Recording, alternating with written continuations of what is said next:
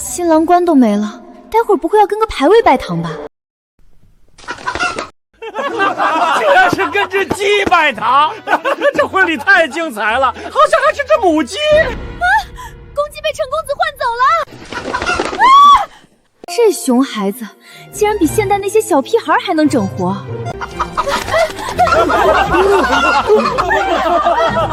胡闹！快去换一个公鸡过来！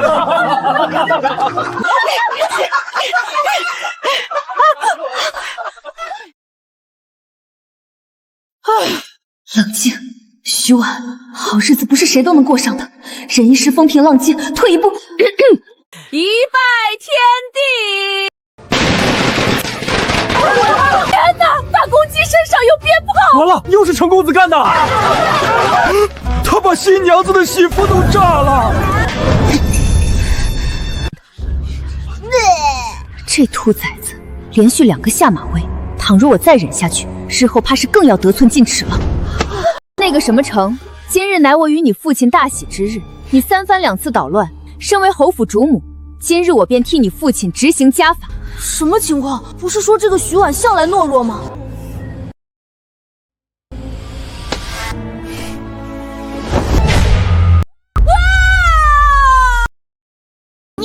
你敢打我！果然是个刺头，但在学生面前，老师绝不能先露怯。松手！不松！娘今天自损1000，也要折你800！放开我！我可是侯爷的儿子。我还是侯爷新过门的媳妇儿呢，论辈分，你还得叫我一声母亲。我才不叫！你这个坏女人！还敢骂我？你耳朵别想要了！这俩谁啊？一边是夫人，一边是小公子，我怎么了？老侯爷到，老夫人到。完了完了！新婚第1天就当着公婆的面揍他们孙子，我这侯府主母的椅子，该不会还没坐热就要被休了吧？都站着干什么？还不快将他们2人拉开！婉儿见过侯爷、老夫人。哼！坏女人，现在知道怕了吧？晚了！祖父祖母，这个坏女人拿刀打我，还掐我脸蛋儿，你们赶紧把她赶出去！快过来，让祖母看看。完了完了，新娘子第1天就打小公子，这下肯定要被厌弃了。谁说不是呢？小公子可是老夫人的心头肉。果然，不管是现代还是古代，老人都是最心疼孩子的，怪不得这孩子被放纵成这个样子。祖母，她揪我耳朵，还说要拔光我的头发。您看她把我脸掐的都肿了。你做得很好。祖父，你说什么？祖父，他欺负我，你不罚他？大喜之日，你先是换走公鸡，又往人群里丢鞭炮，把新娘子婚服炸了。换做别人，早把你腿打断了。祖父，行了，今日之事到此为止，谁也不许再提。看来这老侯爷、老夫人，婉儿，来跟我们去副厅说话。今日婚礼继续，各位请入席。婉儿，新婚当日便闹出这等笑话，让你受委屈了。婆母言重了，说起来也是我一时冲动，当着满堂宾客与小公子动手，有失体统，还望婆母侯爷莫要怪罪。在情况未明前，示弱并不会显得弱势，反而可以拉近好感。安抚家长可是金牌教师的必备技能。你能这样想，我就放心了。我来吧。老爷，这徐婉虽然不错，但锦城非我侯府血脉，身份特殊，您确定要让她来教育锦城？你什么时候见锦城吃过这种亏？这孩子就是教育锦城的救星。父亲、母亲，请喝茶。好孩子，好孩子，你过来。这是我当年嫁进侯府时曾祖母传给我的，今日便给你做见面礼。祖母，这可是您最喜欢的镯子，你要给她。婆母，这太贵重了。一家人不说两家话，另外，婉儿，我儿宗兆虽然还未归来，但你已是我侯府明媒正娶的侯府夫人，这是侯府的管家钥匙。自今日起，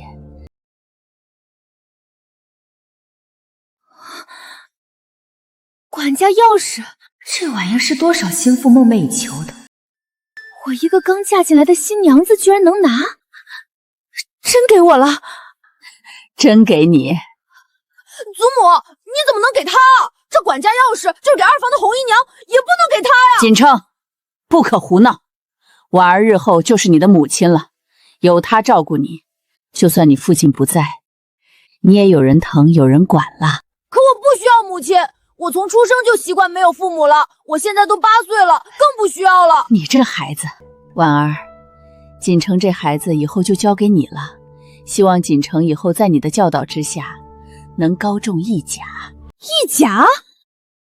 天底下果然没有白吃的午餐，让这混小子考上一甲，和让残疾人复明有什么区别？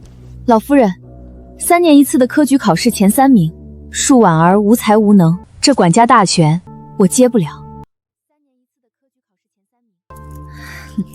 是啊，祖母，我也觉得不用他管，我自立能力可强了，哪儿用得着他教我？他一看就是没读过书的，说不定认的字还没有我多呢。婉儿，我和侯爷商量过了，只要锦城能高中1甲，我就送你10万两白银。10万两？换算一下，这可是1个亿啊！要是有了这笔钱，我的躺平生活岂不是指日可待？祖父祖母，你们这是要把整个侯府打包给他吗？我不同。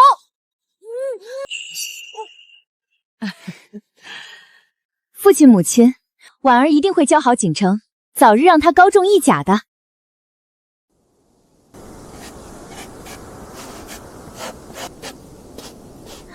少夫人，您这是在写字呀？备课。金牌教师守则第1条，拿钱办事，专业至上。1个亿的补课费砸下来，就算是头猪，我也要保他上北大。翠芝，我让你找的东西找到了，少夫人，这是小公子房中今年以来的所有账目，奴婢尽数整理好了。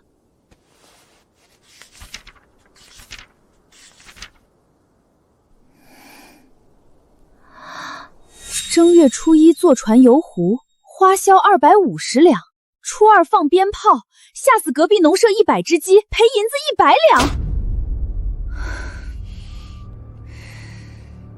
这臭小子现在人在哪儿？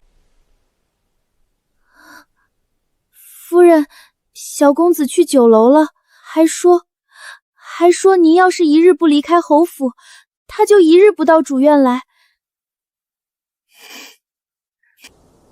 出去玩是吗？跟我摆烂躺平，行，老娘今天让你玩个够。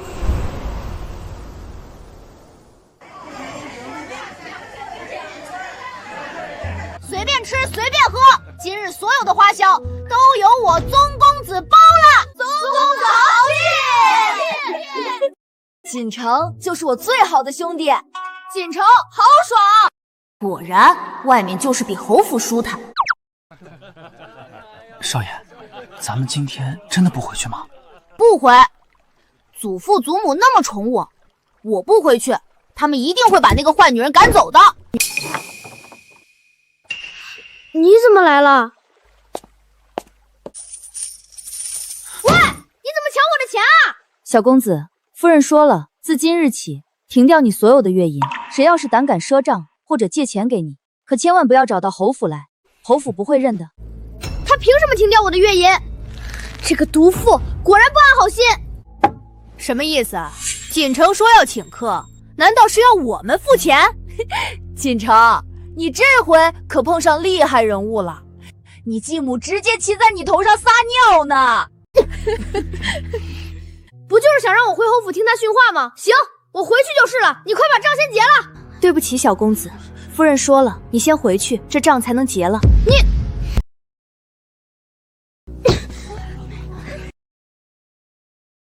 有钱人的生活真是太爽了。夫人，小公子自幼没有父母在身边教导，这才调皮了些，还望夫人多担待。我知道，去把院门开着，别一会儿小公子太激动把门踹坏了。是。我这辈子绝对没丢过那么大的人，都是这个女人故意针对我。她没来侯府前，我日子过得多快活。现在祖父祖母不在，她就处处找机会欺负我。我一定要给那个女人一个狠狠的教训。哎呦！哟，回来了。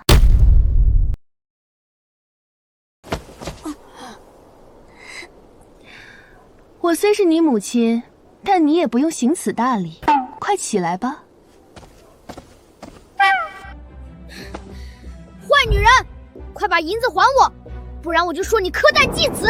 这要是传出去，你母家的女子都会受到影响。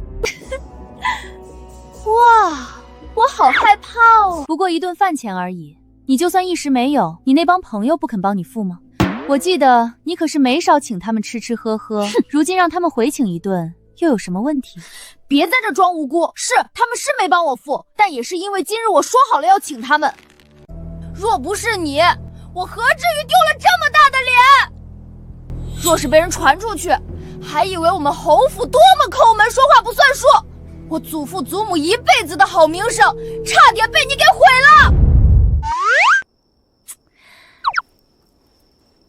你小子这么会扣大帽子啊！还钱，以后我们井水不犯河水。晚了，婚礼上你害我丢了面子。井水已经犯了河水，无法收场，不可原谅。你到底想怎么样？你配合我好好读书，待你高中一甲，你当你的小侯爷掌家掌权，我拿钱养老，我们各取所需。我不喜欢读书，也不会去考什么科举。你跟祖母的约定，那是你们的事儿，我绝不配合。那可由不得你。刘管家，去把小少爷房里贵重的东西都收好，免得他把府里的好东西给抵出去。是。喂，刘管家，你疯了吗？我才是侯府的小少爷，你竟然听这个女人的话来欺负我！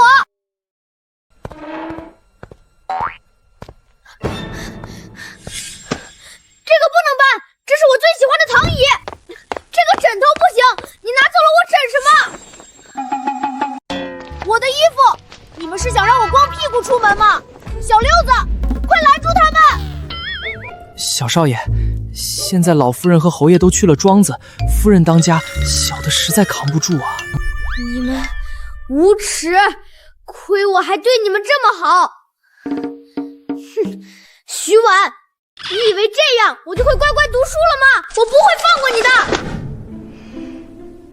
翠芝，几时了？回夫人，44刻了。宗锦城呢？小公爷在院子里好好待着呢，还是夫人有办法。从前小公爷一起来就往外跑，不太对劲啊。夫人，您这是……这混小子昨天被抄了家，今天居然乖乖待在院子里，用脚趾头想都知道有鬼。来，帮我挽头发。翠柳，去查查宗锦城起床后都去了哪里，见了什么人，干了什么事。是。夫人是担心小公子想什么坏点子吗？哼，那小子机灵着呢。以前对付祖父祖母，只要撒娇哭闹就好了。现在换成我这个陌生继母，只怕会激起他心底的另一种恶。另一种恶？小公子虽然顽劣，但心性单纯，不会有害人之心吧？人心中都会有恶念，区别在于底线。有人底线低，为达目的不择手段；有人底线高，有恶念却没有实施的胆量。小混蛋，那就让我看看你的底线在哪儿吧。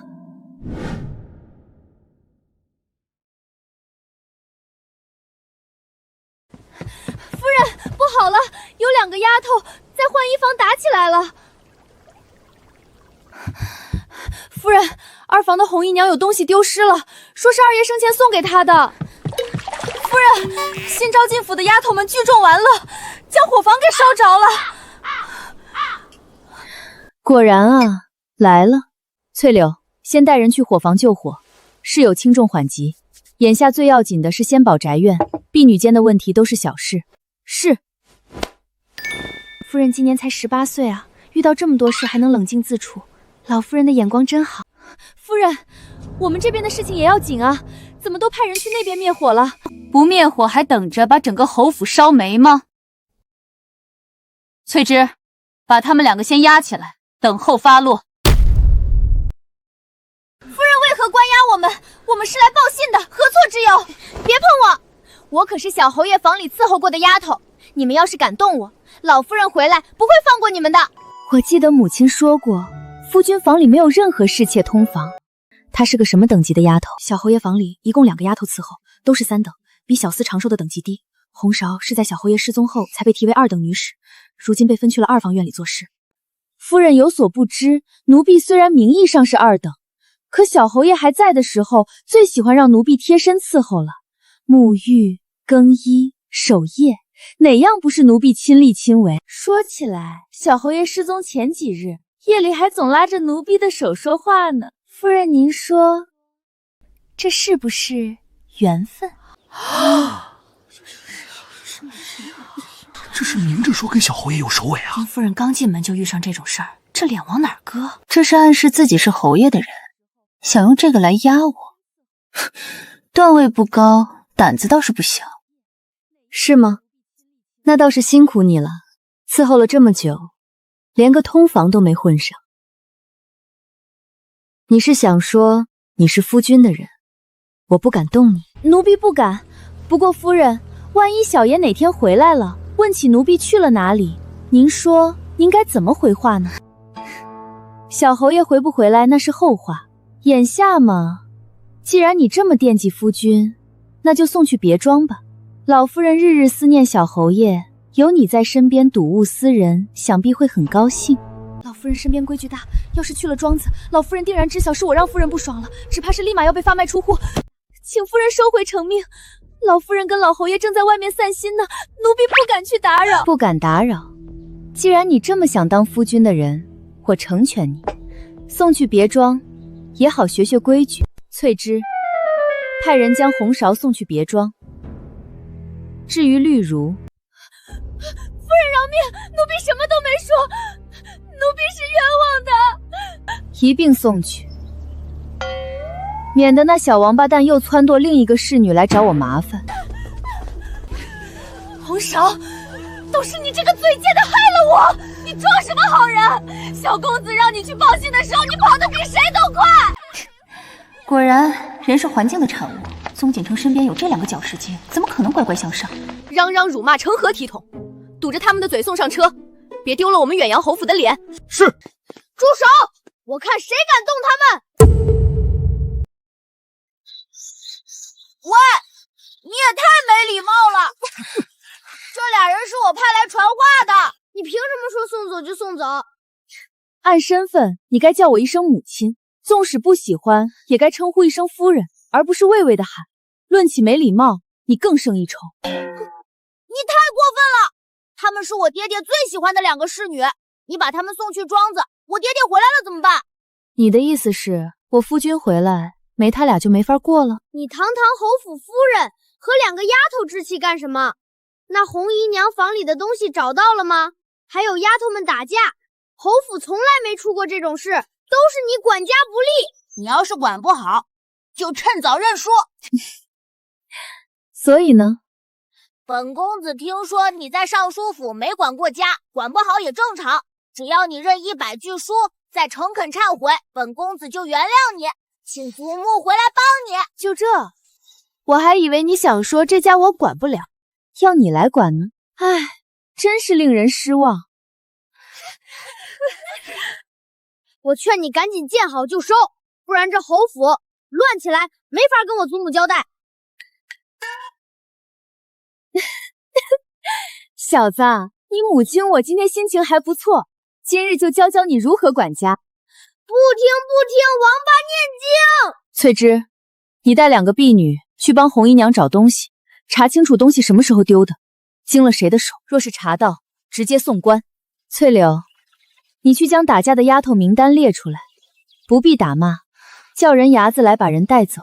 那些事都是我让他们干的，现在一批要送官，一批要发卖。住手！不许去！你你们太过分了！他们不过打个架而已，为什么要卖掉？若这些事儿是你做的，你仗着侯府的纵容，大可拍拍屁股走人。但他们不同，他们没有你的好出身，犯了错就会被赶出去，甚至送官。翠芝方才的处置，都是你祖母定下的规矩。大家平日只是不跟你计较，并不是傻子，而我更不是。这女人是明摆着告诉我，她不会像祖母那样惯着我。小公子，救救奴婢，奴婢不想被送走！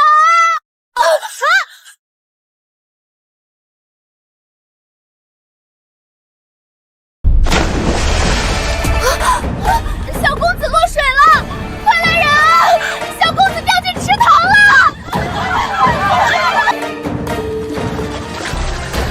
都愣着干什么？下去救人啊！夫人，上个月刚修了池塘，水深得很，奴婢不会水啊。我们都不会水。自从这个坏女人来了，我就没有一件好事。今天她一定在旁边看着，巴不得我淹死。别回去，别回去！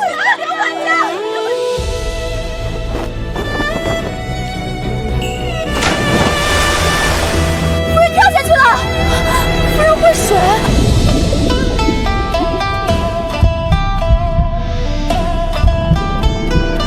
好温暖的手，是你吗，母妃？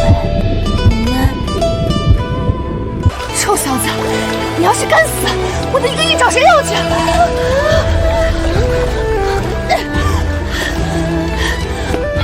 小公子呢？被夫人救上来了。小公子，小公子，这可怎么是好？老夫人和侯爷回来，我怎么交代啊？别叫了，把他背起来，倒挂，拍他的背。夫人，这是做什么？想让他活就照做，快点儿！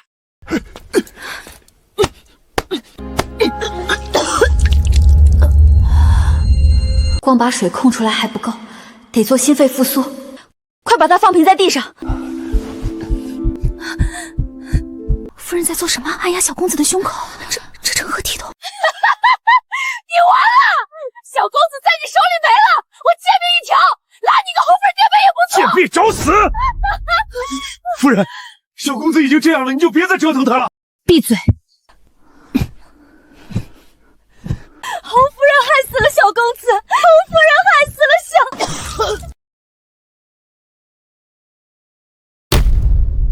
夫人放心，小公子只是受了惊吓，呛了水，脉象已平稳，晚点自会醒来。有劳府尹大人了。夫人，今日若不是您，老奴万死难辞其咎。别说这些了，他也是我儿子。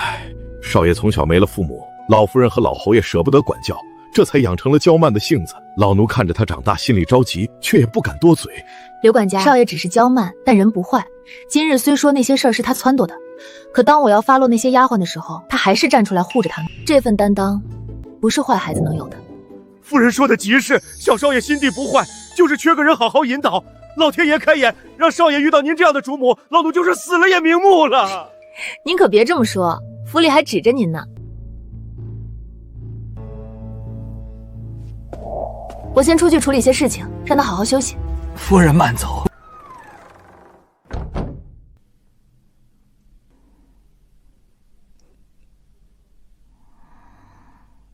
他竟然夸我有担当，难道他真的没我想象中那么坏吗？他跳进池塘救我，还给我按胸口。不对，他肯定是为了那10万两银子。宗锦城啊，宗锦城，你绝不能就这样轻易被迷惑！哼！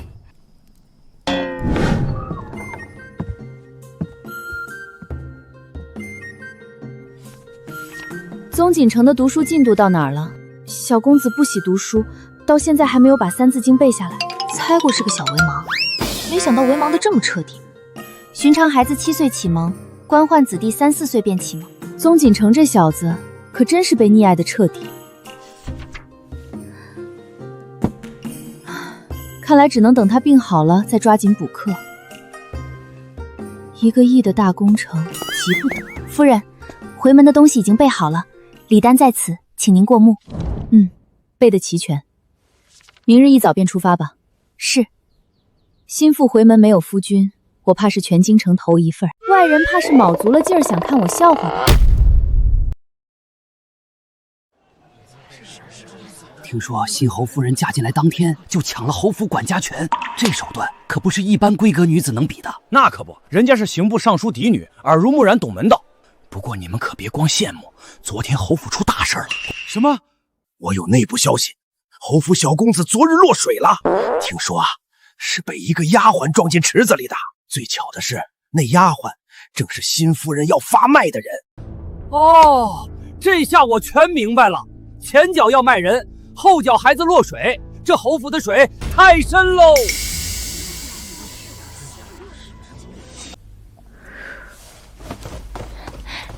我输了，输，走一个。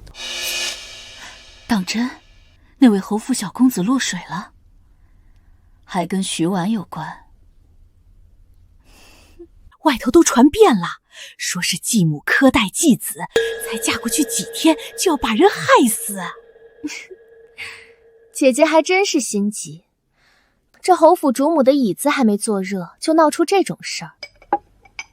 越是闹得凶，咱们越要表现的慈爱，让外人看看是他徐婉不会做人，可不是我们尚书府苛待的。夫人，外头都在传，说小公子落水是您。传就传吧，可这名声，我若过得好，继母才会嫉恨；我若过得不好，她才开心。谣言传得越凶，她越觉得我日子艰难，待会儿回门反而不会为难我。还是夫人想得通透。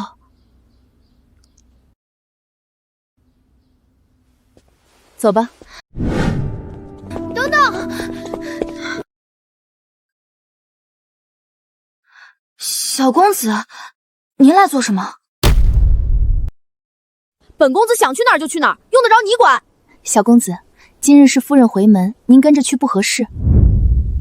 本公子可不是去给他撑场面的，我是去看他笑话的。尚书府那帮人肯定没他好脸色，本公子要亲眼瞧他怎么丢人。你若想来，便跟来。不过多双筷子的事儿，尚书府还是不缺你那口饭的。至于想要别的，没可能。可恶，这个女人就不能说点软话吗？竟然这么不留情面，亏本少爷还想去给她撑腰。要来就快点，反正没地方玩，倒不如去尚书府看看有什么能给他捣乱的地方，最好能找到他的破绽，一举折服他。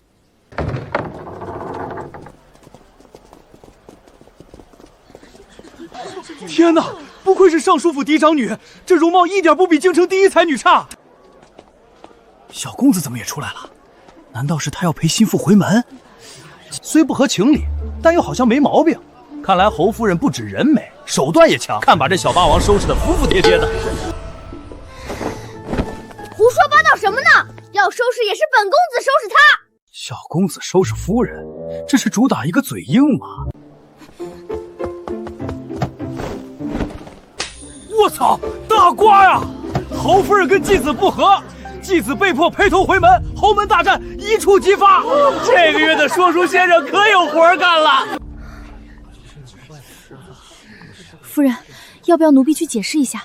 瞧他们传的速度，怕是能比咱们先到尚书府，恐对您回门不好。无妨，让他们传。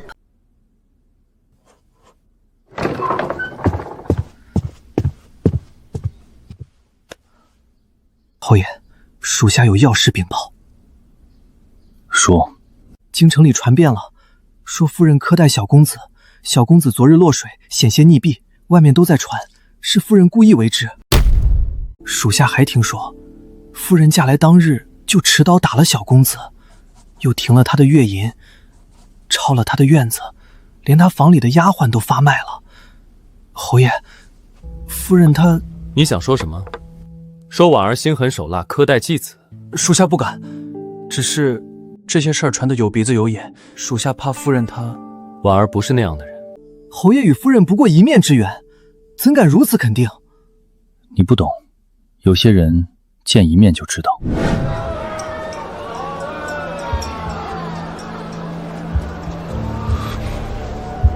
闹事动手，此行怕是要暴露身份了。站住！小贼，你敢偷我钱！哎呦！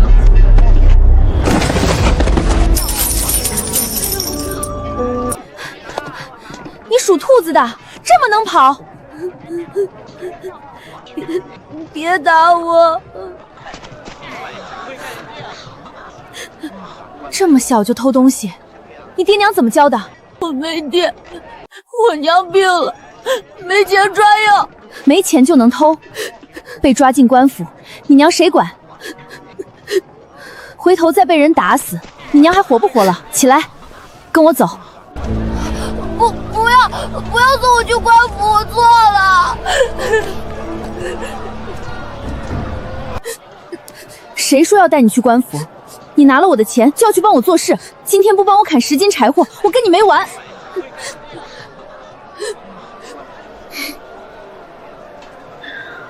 去查查他是谁，以后别听到一点风言风语就风声鹤唳。我选的人，我心里有数。属下知错了。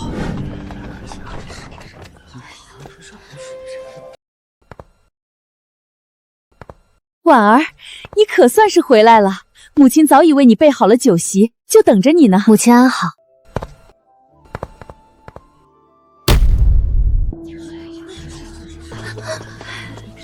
老爷在刑部有事还未归来，你妹妹在家等了你许久，说你再不来就要去侯府接你了。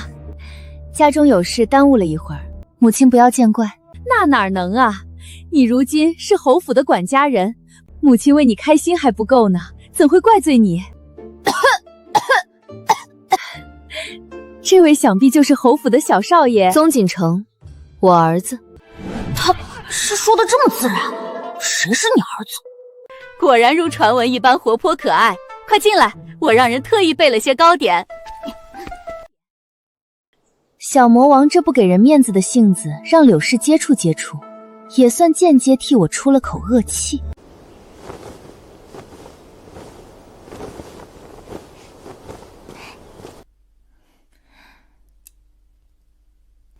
姐姐，你尝尝这道菜，是我让小厨房特意给你做的。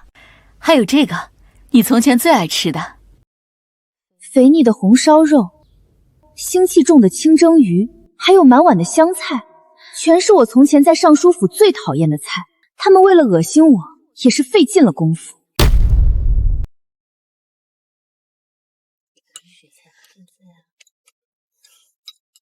小公子，你让小的去查夫人的喜好，小的都查清楚了。说，夫人她喜欢吃甜的，尤其爱吃桂花糕。她讨厌油腻的红烧肉，闻不得香菜，还对虾过敏，吃了就浑身起红疹。那时我只想着调查清楚她的喜好，好捉弄她，没想到这表面看起来仁善的夫人，连这种事情都能用来恶心人。婉儿，这虾仁新鲜的很，你从前不是最爱吃虾吗？来，多吃点。最爱吃虾，我明明对虾过敏，吃了就起疹子，这是要给我送进医房啊！母亲记性真好。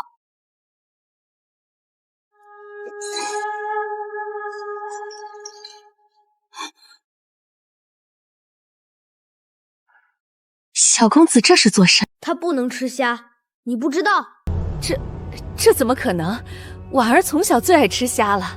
最爱吃虾，他明明一吃虾就浑身起红疹，你当本公子没查过？尚书府待客的规矩就是往客人碗里塞他不能吃的东西。本公子今日算是开了眼。你也是，别人给你吃什么你就吃什么，吃坏了谁给你请大夫？侯府可没那么多银子给你看病。这小子还是个死傲娇。是，小公子教训的是。锦城，你误会了，我真的是记差了。行了，别装了，你这张笑脸比本公子家隔壁那条老黄狗摇尾巴还假。小公子这张嘴，真是骂人都骂得这么有画面感。锦城真会说笑。走了，回府，这饭吃了怕中毒。母亲，锦城年纪小不懂事，您别跟他一般见识。改日我再回来看您。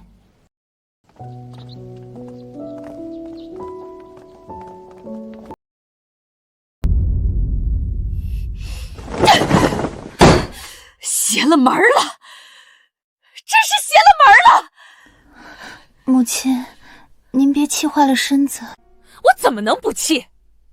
早知道就不给他嫁侯府这个选项了。本想让他过去当个寡妇，有名无实，谁知道侯府那老婆子瞎了眼，当天就把管家权交给他了。母亲，您跟她置什么气？她嫁过去一辈子就是个寡妇，有名无实，就算有管家权又怎样，还不是替别人做嫁衣？话是这么说，还有那个小少爷，一看就是个被宠坏的混世魔王，今天在席上闹成那样，回去还不知怎么折腾他呢。母亲您等着瞧，他日子肯定越过越差。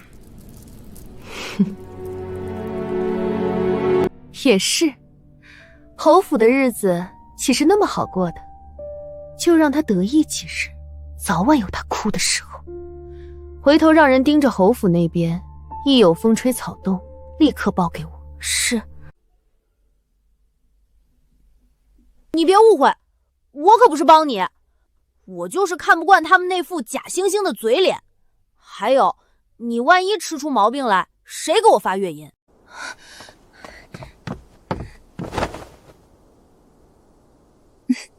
是，都是为了月银。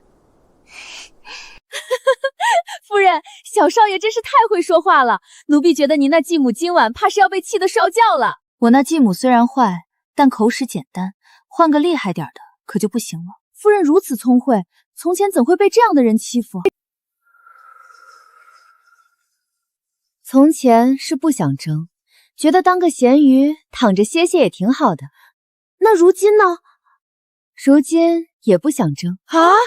那您今日这是？自然是为了我那1亿计划。1亿计划？锦城这孩子性格傲娇，我若强制按着他学习，他必然不肯听话。经过今日这一轮，他自然知晓了什么是好，什么是坏。再加上他也知道了我和他同病相怜的过去，就算他表面再怎么傲娇，心里只怕也软了。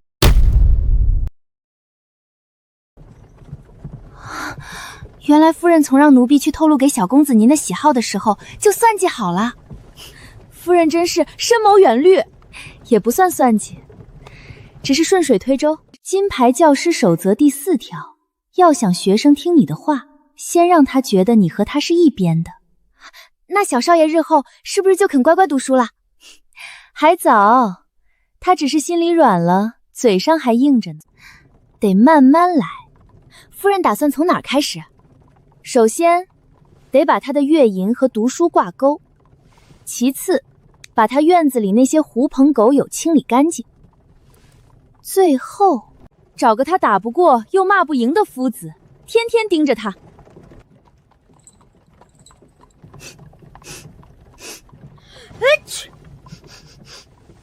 谁在说小爷坏话？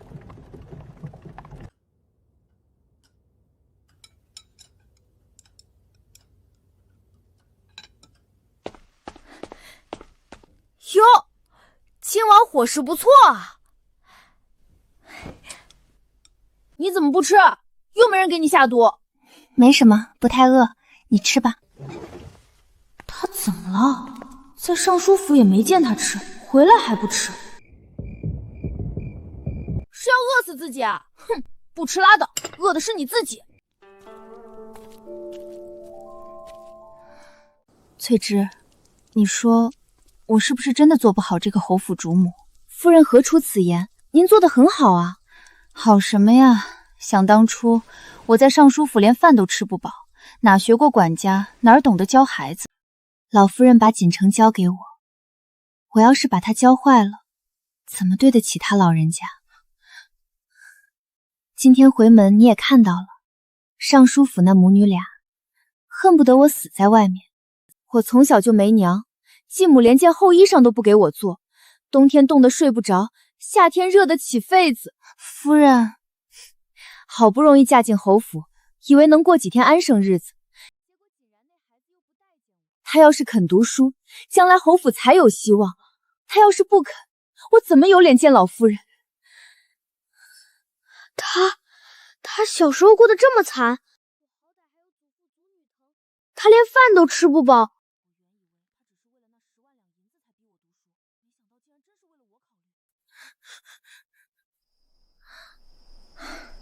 夫人，小公子走了，您这戏演的，奴婢差点真信了。他没娘，继母虐待他，吃不饱穿不暖，还要管这么大个侯府。算了，看在他这么可怜的份上，本公子就给他个面子，去读2天书好了。就2天，不行，不能就这么便宜他，我得把月银要回来。谁啊？喂，本宫爷想过了。我去读书，但是你得把我的月银还给我。你想要多少？钱多少就是多少，100两，少1文都不行。不行。你20两，1个月。20两？你打发叫花子呢？我吃顿饭都不够。你一个8岁的孩子，吃穿用度府里全包，要那么多银子做什么？拿去请那帮狐朋狗友吃喝玩乐。我自己有数。20两够你买书买笔墨，偶尔出去吃顿饭也够了。你要是嫌少，那就10两。你这是趁火打劫！你可以选择不读书，月银还是0，我也省心。20两就20两，但是你得答应我，不许再扣我下人的月薪。成交。锦城，又怎么了？谢谢你今天在尚书府帮我。我才没帮你，本公子是怕你被毒死了，没人给我发月银。夫人，小公子这嘴硬的毛病，怕是比他的功课还难治。答应读书就是进步，不过20两1个月他都嫌少，看来还真是不知民间疾苦。必须得想个办法让他知道，银子不是大风刮来的。这什么破车？本公子的马车呢？今天坐这个。本公子不坐。那你可以走着去，反正路也不远，也就10来里地。算你狠！你到底要带我去哪儿？去了你就知道了。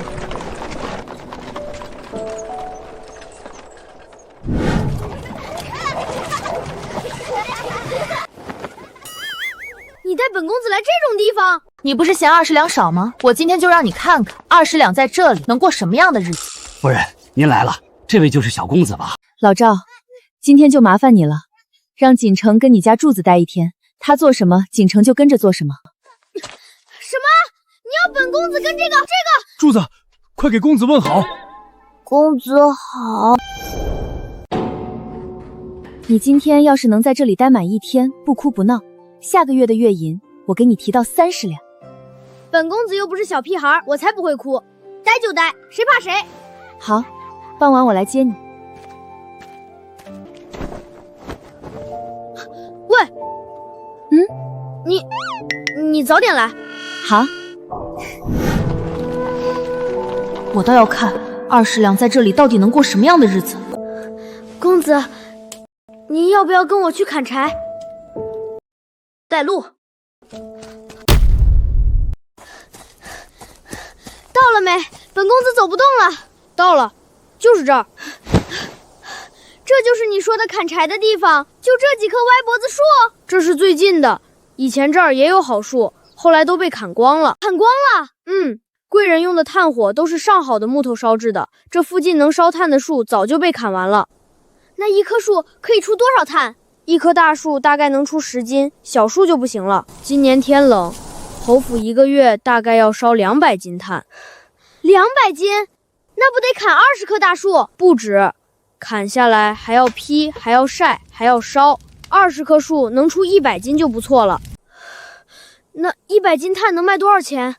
普通的炭大概500文，侯夫人心善，给我们涨了100文，现在600文。600文？才600文？小爷我平时随便打赏个下人都要1两银子，1两银子可是1000文。才600文？那岂不是连本公子一顿饭钱都不够？600文够我们家吃1个月了。600文够他家吃1个月，我昨天砸碎的那个碟子，恐怕都够他们吃3个月了。公子，您坐这儿歇着吧，我去砍柴。谁说本公子要歇着了？砍就砍，谁怕谁？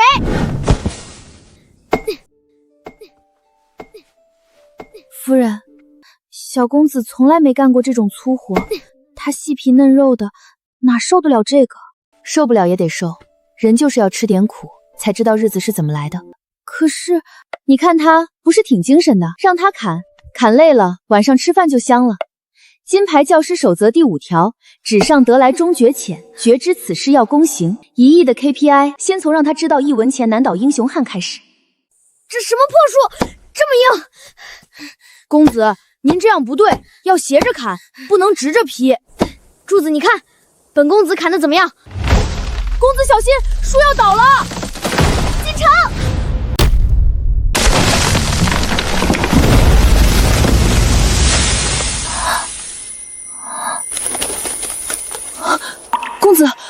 公子，你有没有事？我没事。反倒是你流血了，珠子，你流了好多血，你等着，我去找大夫。公子没事就好，我命贱，流点血也不碍事，过2天就好了。什么叫不碍事？流这么多血，万一死了怎么办？锦城，珠子，你们怎么样？你怎么来了？我要是不来，你出事怎么办？刚才那树差点砸死你，知不知道？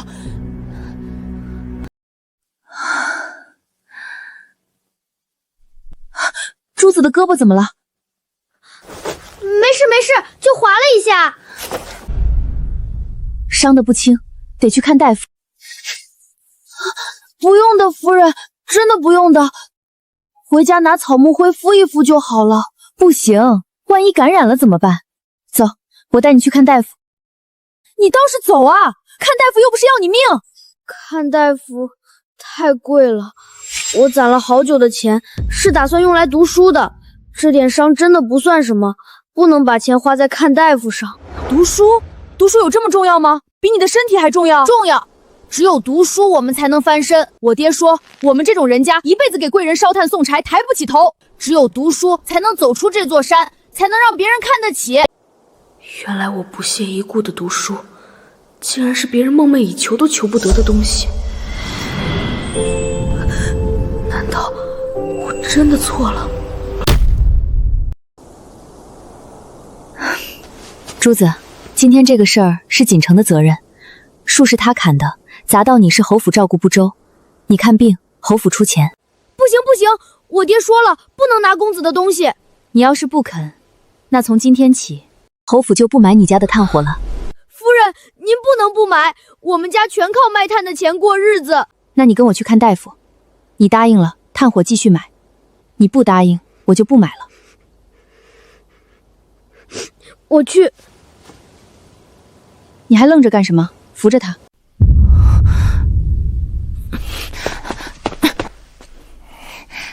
小公子，你不用扶我的，我能走。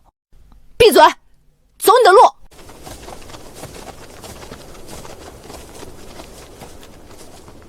珠子的话，怕是比说教100句都有用。没什么大事，皮外伤，养几日就好了。这几日别沾水，过几天来换次药。大夫，要多少钱？500文。我就知道，看病肯定很贵。你不用担心，本公子出钱。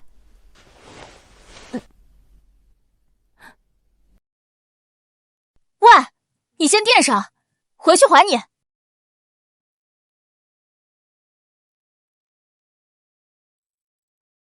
谢谢小公子，谢谢夫人。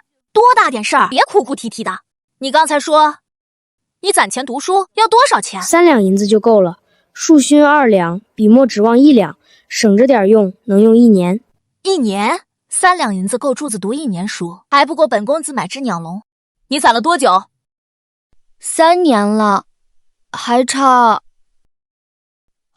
半两。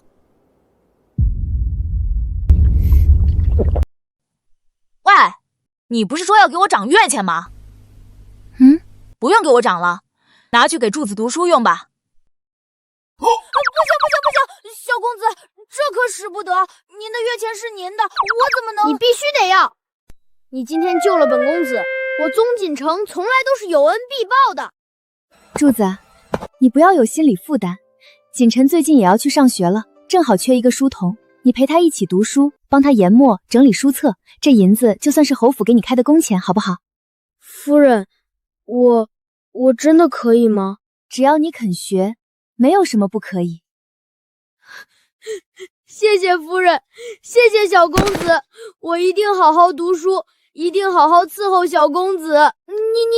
你快起来，跪什么跪？走吧，送你回家，跟你爹说一声。夫人，我真的能跟小公子一起读书吗？我没有做梦吧？你都问第8遍了，烦不烦？我怕一醒来就没了。真的，比真金还真。爹，我能读书了！爹，我能读书了！驾，都给本少爷让开！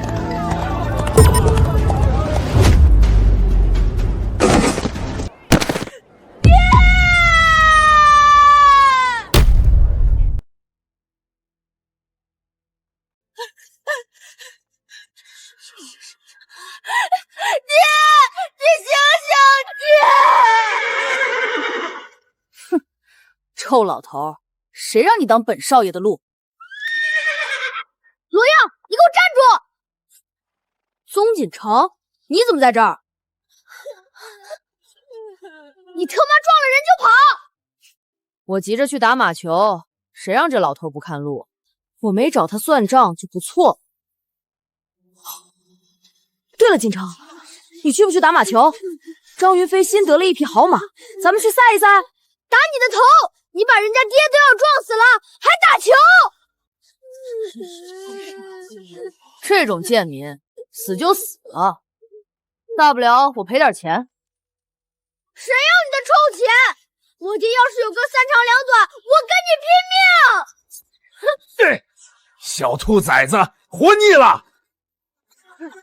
我看谁敢动珠子，放手！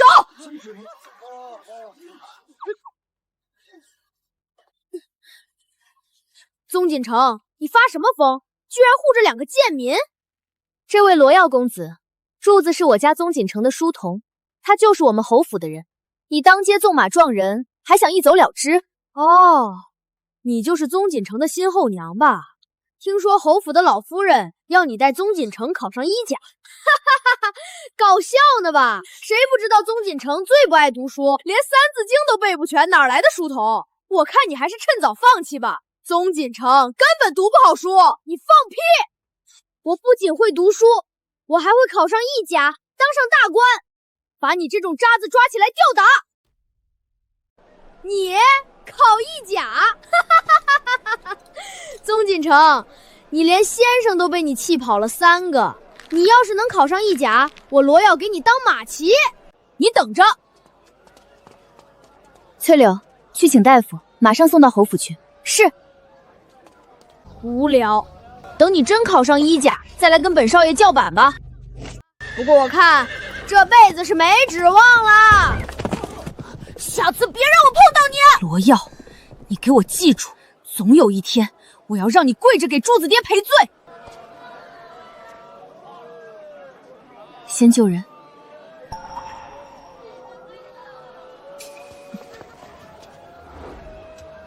柱子，你爹不会有事的，我宗锦城一定管到底。罗耀说我是废物，读不好书，柱子为了读书命都不要。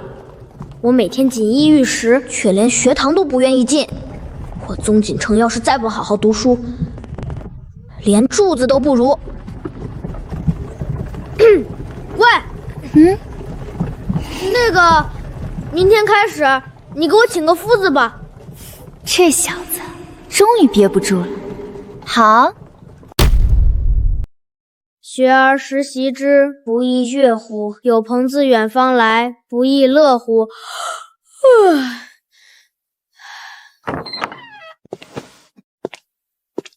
读得怎么样了？本公子在背呢，没看见吗？背？你才读了1遍，怎么背？这有什么背不了的？读1遍就记得住啊。那你背这段听听。子曰： 50有5而志于学，30而立，40而不惑，50而知天命，60而耳顺，70而从心所欲，不逾矩。我去，这小子竟然是个过目不忘的天才！小公子好厉害，我读10遍都记不住。哼，这算什么？本公子要是认真起来，吓死你们！确实不错。那你知道你背的这段话是什么意思吗？这有什么难的？就是孔子说他15岁的时候立了志，30岁就站起来了，40岁不迷惑，50岁知道天命，60岁耳朵顺了。你笑什么笑？本公子说的不对吗？对，30岁就站起来了。不背了，你赶紧给我找夫子，找个能讲清楚的。这种破书谁看得懂？好，不笑了，你别生气，把书拿来我看看。原文下面一个注释都没有，全是干巴巴的正文。现代人买教辅书比正课书还多，这古代倒好，让一个8岁孩子直接读原文，能懂才怪。行，这下我知道要给你找什么样的夫子了。什么样的？你等着就是了。侯府承聘夫子1名，要求如下：凡参加科举考试3次以上，均为中第者，优先录用。什么？考不上科举的优先？我没听错吧？别家请夫子都是请举人、进士，侯府怎么专挑考不上的？这侯夫人怕是脑子进水了。混世小魔毛，考一甲，考不上科举的，能教出什么好学生？这是真的，我考了7次都没中，岂不是最优先？会不会是戏弄咱们？哪有放着举人不要，专挑落地秀才的？诸位没有听错，夫人说了，她不要只会读死书的夫子，要的是真正把书读透了的。考不上科举，不代表教不好学生。在下姓沈，名文远，参加科考11载，连乡试都未过，不知可否一试？找考不上的夫子，这女人是不是有病？再小声我也听得见。你要是觉得不行，那一甲的事就算了，10万两老夫人也省。随便你。小公子，我觉得夫人一定有她的道理。有什么道理？我看她就是抠门，不想给夫子多花钱。学生沈文远见过夫人。沈先生，请坐。我且问你，30而立何解？常人以为30而立是成家立业，站住脚跟，但孔子所言乃是立于礼，立于道。30岁之前学的是知识，30岁之后立的是根本，心中有道。这个夫子好像跟以前那些只会让我们死记硬背的不太一样。母亲，您听说了吗？徐婉给那个小魔王找了一个考了11年都没中的穷秀才当夫子，真是笑死人了。哦，11年都没中。女儿听说那秀才连乡试都没过，穷得叮当响，一身衣裳洗得发白。我看徐婉就是故意的，想要养废那个孩子。她嫁过去才几天，就闹出这么多笑话。先是小公子落水，现在又找个落底秀才当夫子。你祖父当年说的对，没娘教的孩子就是上不了台面。母亲，咱们要不要把这事传到侯府老夫人耳朵里去？老夫人要是知道她给那个小混蛋找了个废物夫子，还不得气死？不错，找人去别庄，把这事儿原原本本告诉老夫人。记住，要说的委婉些，就说侯夫人心疼银两，不舍得请好夫子，随便找了个落地秀子应付功课。这样一来，老夫人肯定要收回她的管家权。这个小贱人，出嫁了就开始不受管控了，不好好教训她，她还真以为自己是侯府的主人了。夫人，学生才疏学浅，自知配不上侯府的体面。夫人若是不满意，学生这就告辞。沈先生留步，我找你自然有我的理由。你就是最合适的人。夫人，学生实在不明白，那些举人进士哪一个不比学生强？沈先生，我问你，那些考中举人进士的人，如今都在做什么？自然是候补官职，或者入翰林院深造。对，他们想的是怎么做官，怎么升迁，哪有心思放在教书育人上？就算来侯府当夫子，也不过是应付差事，等有了好缺就跑了。但你不一样，你考了11年，天天琢磨的就是怎么把书读透，怎么答题，怎么破题。论对科考的理解，那些一次就中的举人未必比得上你。最好的老师一定是最懂考试的人。11年落地经验，放在现代绝对是金牌高考名师。老爷，婉儿给锦城找了个考了11年都没中的落梯秀才当夫子，外面都传遍了，说侯府没银子请好先生，丢人现眼。你就知道恩。那夫人认为该怎么办？锦城身份特殊，我看我还是赶紧修书一封，去求白鹿书院的朱夫子出山吧。我反而觉得不应该这样。婉儿是个心里有章程的，她行事必有道理。你怎么这么相信她？她才嫁进来几天？难道你没发现婉儿才入府几日，就让锦城同意请夫子念书了？确实，要是以前找夫子来给锦清上课，是大闹一顿，非要气走人家才罢休。这次反而学乖了，竟然老老实实去了书房。这肯定是婉儿的功劳，她怕是没少在锦城身上下功夫。你说的对，是我一时心急。婉儿那孩子看着就不像没分寸的人。那就再等等，看看婉儿能把锦城教成什么样。好，听你的。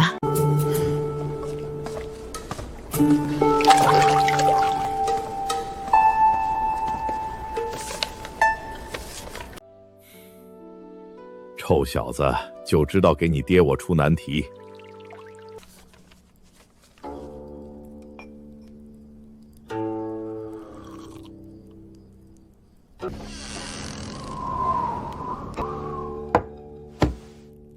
谁？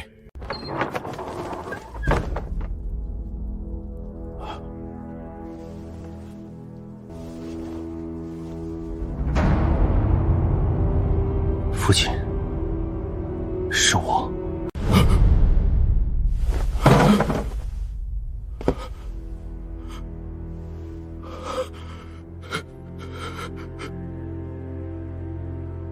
赵儿，你没死。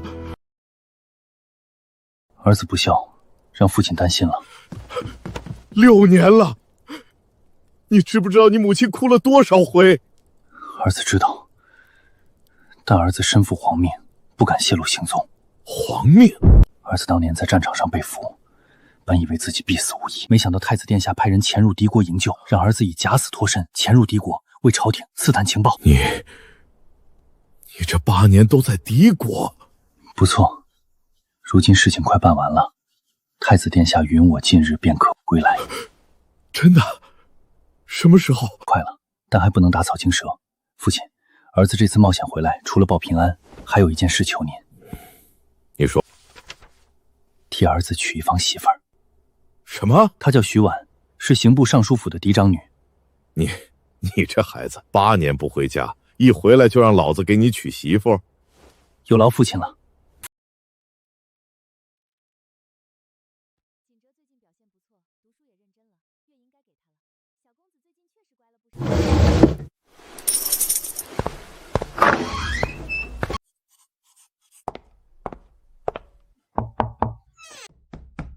你来干嘛？这个月的月银20两。算你识相。别乱花。知道，你好罗。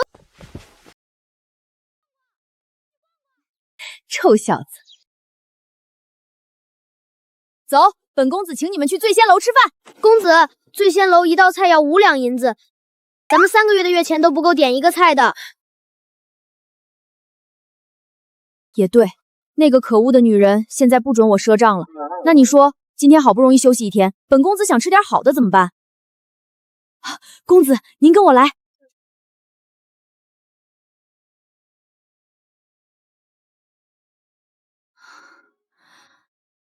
就这儿。公子，您别看摊子破，王婆婆的馄饨可好吃了，我爹每次进城送货都要来吃一碗。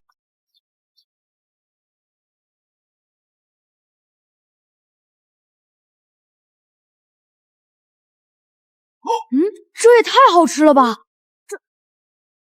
公子，我没骗您吧？勉勉强强吧。哟，这不是咱们的宗大公子吗？怎么蹲在路边吃这种贱民吃的东西？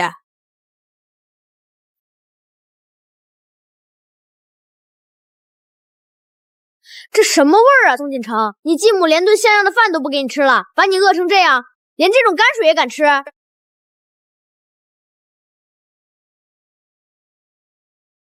锦城啊，你也别太难过，毕竟继母嘛，有几个是真心疼孩子的。你赶紧写信给你祖母，让她滚出侯府。你少在这儿狗叫！锦城，你骂我干什么？你胡说八道！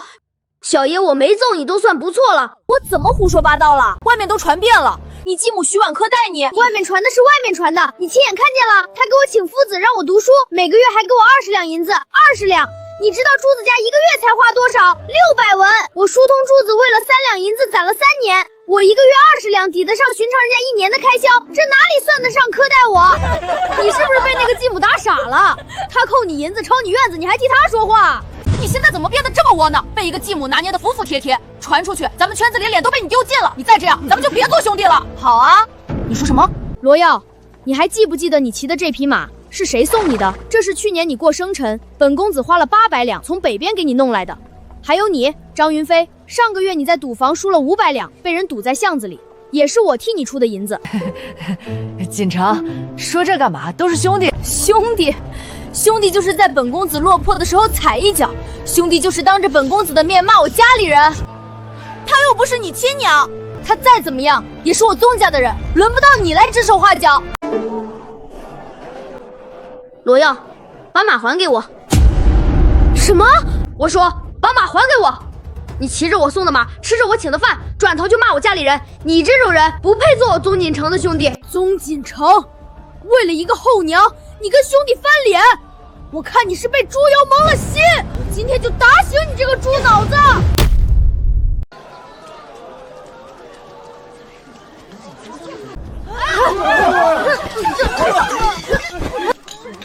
住手！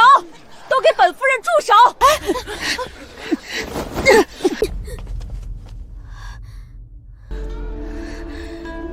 让我看看我的儿怎么被打成这样。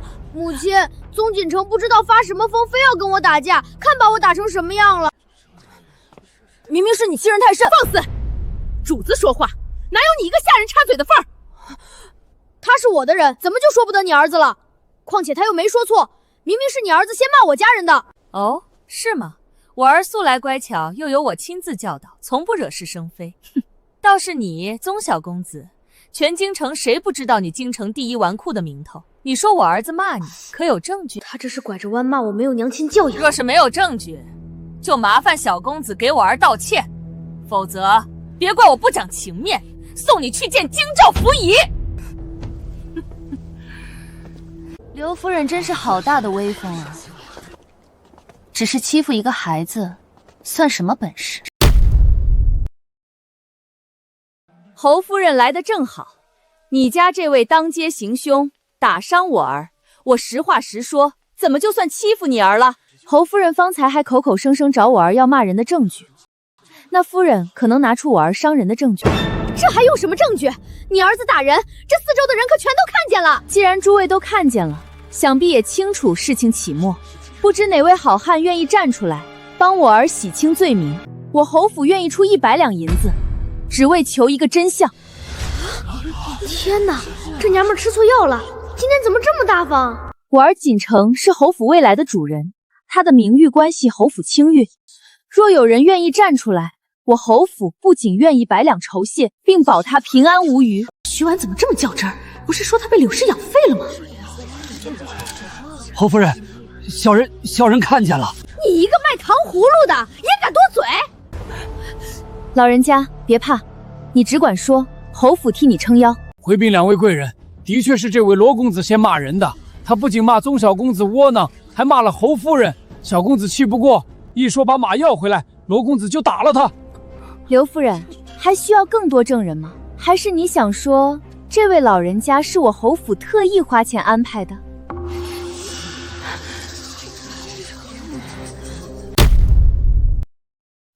侯夫人说笑了，小孩子打打闹闹，何必闹这么大？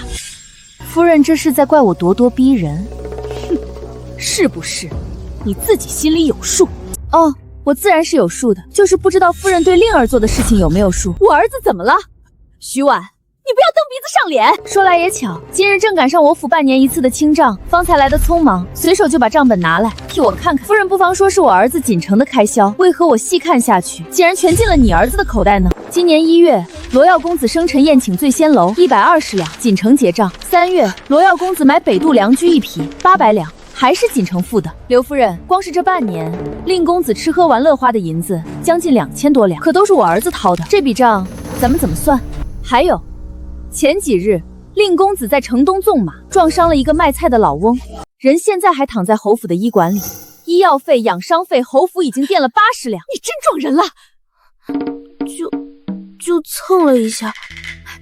徐夫人，这都是小孩子不懂事，您大人大量，何必跟孩子一般见识？刘夫人说的对，小孩子不懂事，可大人得懂事啊。您看，这银子是您主动结，还是咱们去京兆府让大人断断？纵马伤人，按律可不只是赔钱的事。侯夫人说笑了，小孩子之间打打闹闹，何必伤了和气？这是2000两，多的就当给锦城赔不是。果然还是刘夫人通情达理，婉儿谢过了。不过有句话我得说清楚，我儿子今后由我管教，不劳夫人操心。是。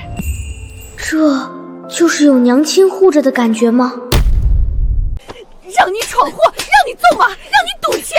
娘，别打！罗耀，你也有今天！笑什么笑？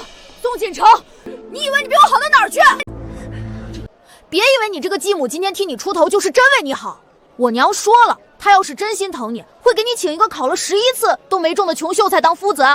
全京城谁不知道，她就是在糊弄你，做样子罢了。住口！谁让你说这些的？罗公子，你母亲说的对，那位夫子确实考了11次没中。不过，我也想问一下刘夫人，令公子请了白鹿书院的夫子，1对1教了3年。怎么到现在连白鹿书院的边儿都没摸到呢？你懂个什么？白鹿书院可是京城最好的书院，又不是只有我考不上。宗锦臣连书都不读呢，你还给他请一个垃圾夫子？这你就不懂了。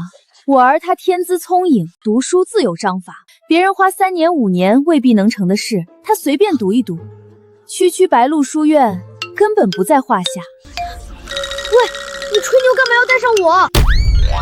白鹿书院可是京城最好的书院，我虽然过目不忘，可是夫子也说了，我积累不够。放心，山人自有妙计。喂，宗锦臣，你们在那儿嘀嘀咕咕，是不是你也知道你烂泥扶不上墙？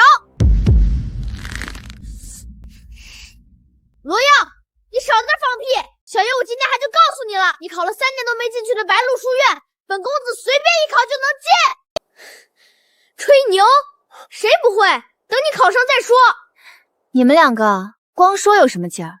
倒不如打个赌。行啊，那就赌今年白鹿书院招生考试，谁要是没考上，谁就给对方当马骑，绕着书院爬一圈。这赌太大了，疯了吧？有好戏看。好，一言为定，谁反悔谁是孙子。驷马难追。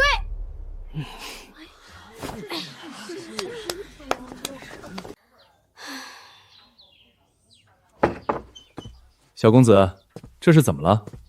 愁眉苦脸的。别提了，都怪徐婉那个女人，在外面乱说话，说什么我随便学一学就能考上白鹿书院。夫子，我根本就没戏吧？人家罗耀学了3年都没考上，我才学了几天，这回丢人丢大了。原来是为这个事情啊！唉，夫子，您就别笑了，到时候我真给人当马骑，您脸上也没光。小公子，夫人这么聪明的人，您觉得她会想不到这些？您看，这是什么？这是白鹿书院历年的入学考题？不止，还有每届考生的杂题范本、考官的批注以及夫人的分析笔记。这上面每道题旁边都标注了考点、常见失分点，只要把这些吃透了，比死记硬背10本书都管用。他什么时候弄的这些？从您答应读书那天起，夫人就让人去搜罗历年史题了。她熬了好几个晚上，亲自做了分析。才交到我手上。他背地里为我做了这么多，夫子，这些我全背下来，能考上吗？背下来能及格，要吃透，得下功夫。本公子最不怕的就是下功夫。罗耀，你等着给我当马骑吧。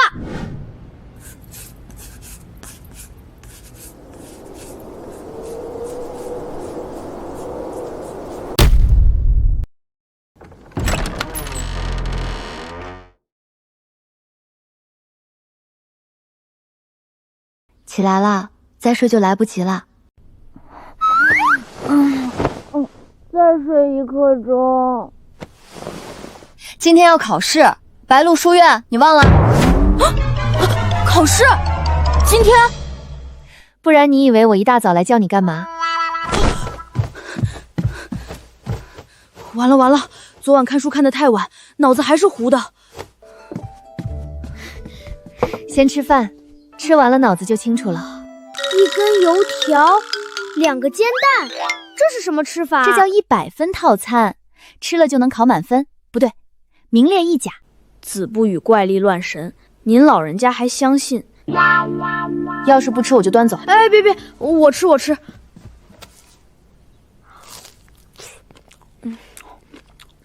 慢点吃，没人跟你抢。本公子赶时间，得早点去考场，早点适应环境。等等，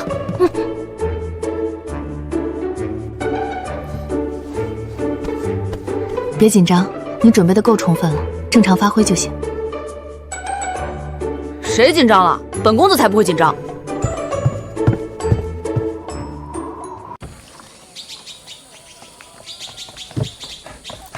小公子，这是夫人让我连夜抄的，考前必备30题，路上再看一遍，巩固巩固。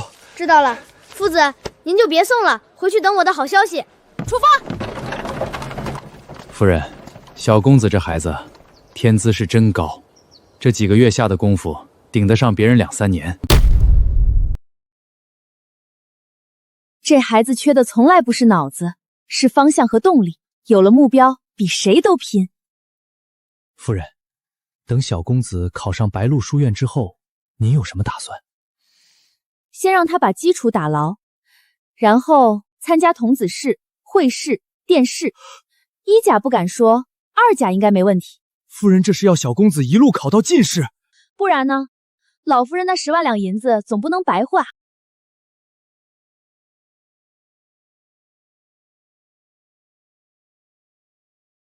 哟，这不是宗大公子吗？还真来了。怎么，你能来，我不能来？我来是正常的，你来是来丢人的吧？走着瞧。前面的，走不走？锦城那孩子，以前连学堂都不愿意进，现在居然主动去考白鹿书院。婉儿，这都是你的功劳。我早就说婉儿是锦城的救星。父亲母亲过奖了，其实都是锦城自己争气，我只是在旁边敲敲边鼓。好孩子，听刘管家说，你为了他熬了好几个晚上整理试题，真是苦了你了。那都不算什么。回来了，小公子回来了。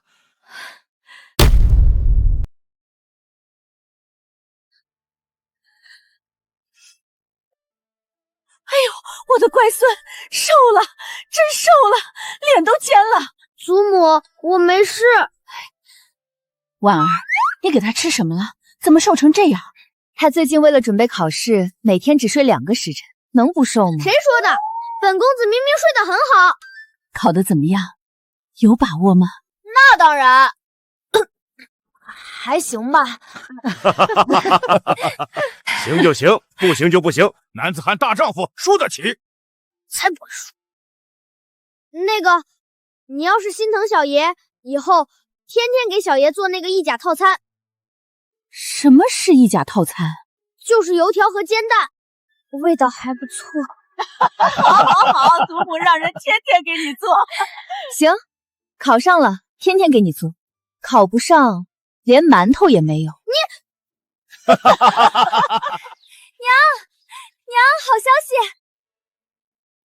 慌慌张张，成何体统？娘，老夫人和老侯爷回侯府了。早就该回府了。侯府这么大摊子，岂能由徐婉这种死丫头为非作歹？不止如此啊，前段时间那个小魔王和镇北侯府世子打了一架，俩人打赌，谁要是考不上白鹿书院，当马骑绕书院一圈。这事情传遍京城，所有人都等着看笑话呢。让那个不学无术的纨绔考上白鹿书院，还不如让母猪上树，这是注定要把侯府的脸踩在地上。也难怪他们二老赶紧回府。我看徐婉主母的位置是彻底要保不住了。走，去找你父亲提前打个招呼，免得他被休之后又回府上膈应人。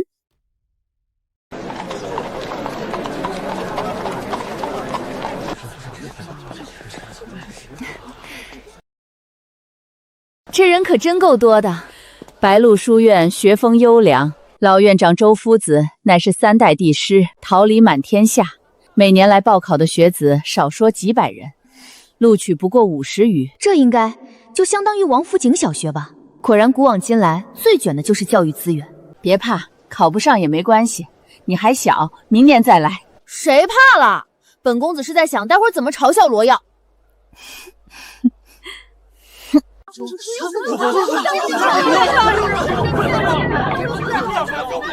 诸位肃静，白鹿书院金科录取名单现在开始公布。第43名陈子安，第42名周明远，第41名罗耀。娘，你听见了吗？第40名我考上了。好孩子，娘就知道你行。哟，宗大公子也来了，怎么还把你们家老夫人也带来了？是怕输了以后有老夫人给你撑腰，就可以不认账吗？小混账住嘴，那可是侯府老夫人。怕什么？赌约是当街定的，谁反悔谁是孙子。老夫人莫怪，小孩子不懂事，口无遮拦。婉儿，认什么账？他们说的赌约是怎么回事？婉儿，锦城毕竟刚开始读书，指望他一次就考进白鹿书院，是不是有些夸张了？婆母放心，我对锦城有信心。要是锦城没考上，拼了我这张老脸也不能让他给别人当马骑。说起来，我那块御前赏赐的免死金牌放哪儿了？看你能得意到几时。李文远、赵子恒，最后一位顾延之。以上是录取名单，共计50人，恭喜诸位。怎么会没有我的名字？哟，没听到自己的名字吧？宗锦城，你输了。什么时候给我当马骑，绕着书院爬一圈？说话可要算数。等会儿，我记得白鹿书院每年考试的前10名是要单独贴红榜公布的。这位学子是不是还有一份榜单？这位夫人说的对，前10名的详细排名会单独张榜公示。宗锦城，你还指望自己考进前10？你才学了几天，别搞笑了好吗？你要是能进前10，本公子当场把这匹马吃了。小公子是第10名，宗锦城第10名。10名。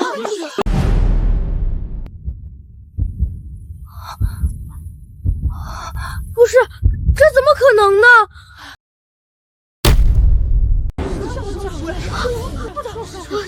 我不信，你肯定是作弊。罗公子，说话要讲证据。你说锦城作弊，可有凭证？这还用证据？全京城谁不知道他是第1纨绔？他突然考进前10，不是作弊是什么？行了，别说了，回家。我不走，他就是作弊，肯定是侯府找了关系，暗箱操作。罗家小公子，你说我侯府暗箱操作，可有凭证？白鹿书院3代帝师长院，历年招生秉公无私，你这是在质疑老院长的清誉。我不是那个意思。当着这么多人的面，无凭无据指责我孙儿作弊，污我侯府清名，要不要咱们一起去京兆府，请府尹大人评评理？老夫人息怒，小孩子不懂事，口无遮拦，您大人大量。老夫人，宗小公子的试卷是学生亲自收取、亲自密封、亲自送交阅卷堂的。若有人质疑，学生愿以书院名誉担保，宗锦城的成绩或真。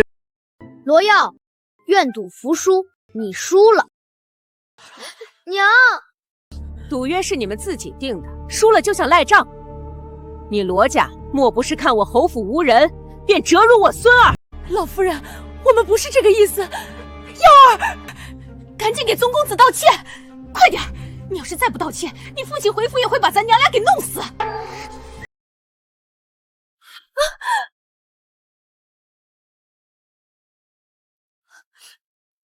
老爷，你这是何故？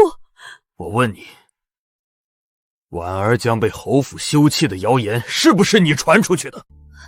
老爷，你这是什么话？我怎么可能干这种事情呢？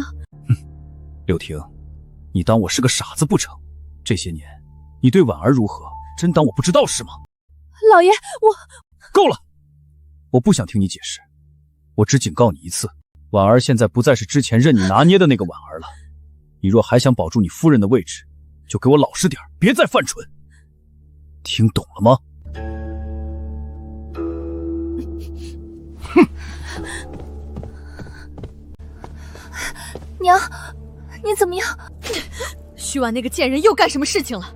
惹得你父亲发这样大的火？宗锦城他居然真的考上白鹿书院了，还是第10名。整个京城的人都震惊了，都说徐白教子有方。今日上朝的时候，老侯爷拉着父亲说了好久呢。凭什么？那个贱人到底凭什么？徐婉，我不会放过你的。表姑娘，您可要为臣妇做主啊！那侯府欺人太甚，当众羞辱我儿，还拿京兆府压人，逼得我儿当众……行了，你儿子当众人跟人打赌，输了不认账，还污蔑人家作弊，真当本宫不知道吗？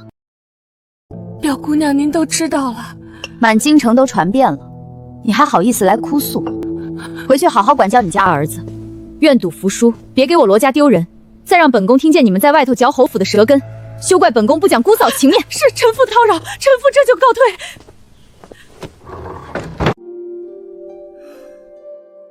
这孩子，你都听见了，倒是争气，才学了几个月就考了第10名。是啊，有其父必有其子嘛。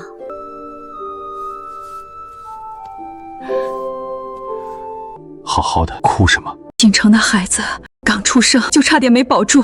又是改名，又是寄养，他长到今天，我连顿长寿面都没有亲手给他做过。我知道，这些年，每次看见别人家的孩子承欢亲下，我就想起锦城。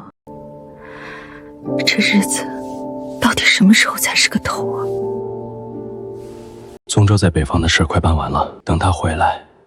锦城的身份，或许就不用再瞒着徐婉了，我们也能跟锦城接触接触了。真的？明天，我微服去书院看看他。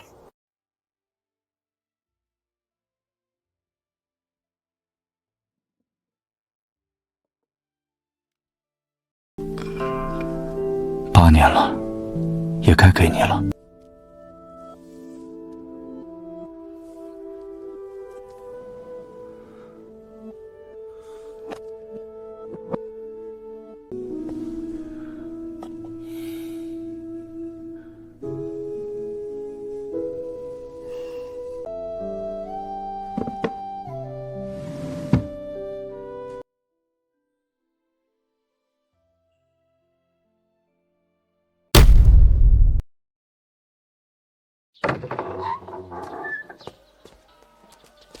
路上吃，今天第1天，别迟到了。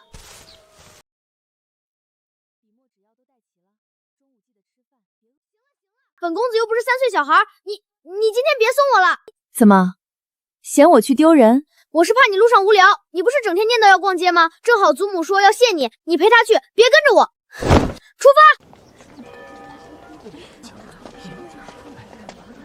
这就是那个宗锦城，听说才读了几个月就考了第10名。真的假的？他不是第一纨绔吗？故天将降大任于斯人也，必先苦其心志，劳其筋骨。这一段哪位学子来谈谈理解？这些东西小爷倒着都能背下来。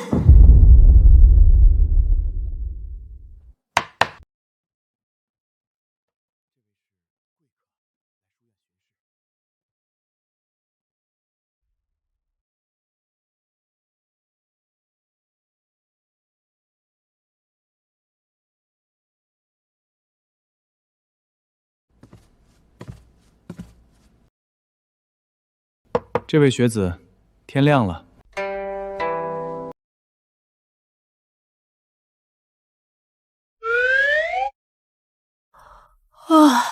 你是谁啊？宋锦城，不得无礼！无妨，我只是好奇，大家都在听课，你怎么在睡觉？他讲的这些我都会了，听了发困，不如睡觉。哦，都会了，那我考考你。穷则独善其身，达则兼济天下，何解？不得志的时候要管好自己的品德修养，得志的时候要努力让天下人都受益。你说的都是书上的见解，你自己的呢？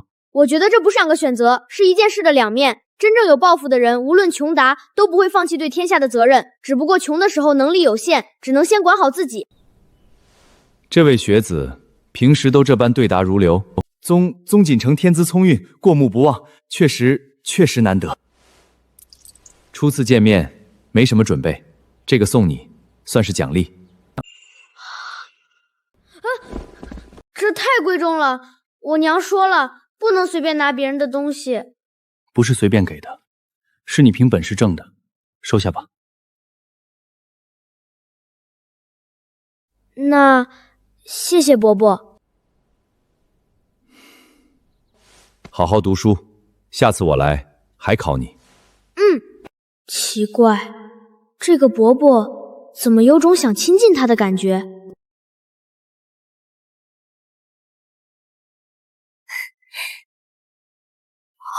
天哪，夫人买了这么多东西！别提了，我和娘出去逛街，但凡我眼睛在哪里多停留一会儿，娘就要给我买下来。那可不，你为锦城那孩子掏了多少心，我买点东西怎么了？又不值几个钱。这都是夫人该得的，老夫人疼您，那是您的福气。刘管家，你也跟着起哄。过几日锦绣坊还有新雅事，我让人先给你留几匹料子，做几身新衣裳。你年轻，就该打扮得漂漂亮亮的。娘，我柜子里的衣裳已经穿不完了。女人家的衣裳哪有嫌多的？太子殿下有令，远洋侯府徐氏接旨。去跪下接旨。奉太子殿下口谕，远洋侯府宗锦城天资聪颖，勤奋向学，于白鹿书院入学考试中名列前茅，实乃可造之才。其母徐氏教导有方，特赐上等文房四宝1套，锦缎10匹，白银1000两，以资嘉奖。钦此。太子嘉奖我？那小子今天不是去书院第一天吗？他干什么了？背着我偷偷去给财神磕头啦？臣妇领旨，谢太子殿下恩典。婉儿，接旨。臣妇领旨，谢太子殿下恩典。侯夫人好福气，太子殿下说了，宗小公子前途无量，夫人教导之功不可没。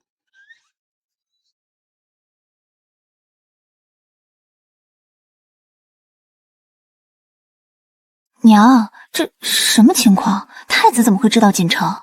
别问那么多，太子殿下赏识锦城是好事，你只管收着，你的好日子在后面呢。总觉得婆母知道什么我不知道的事。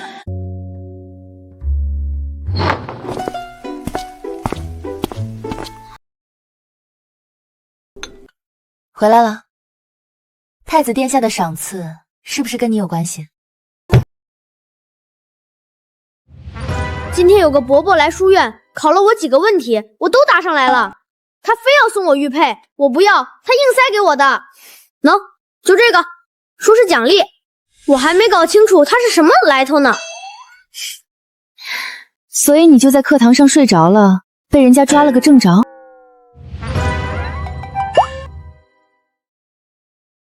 这你都知道？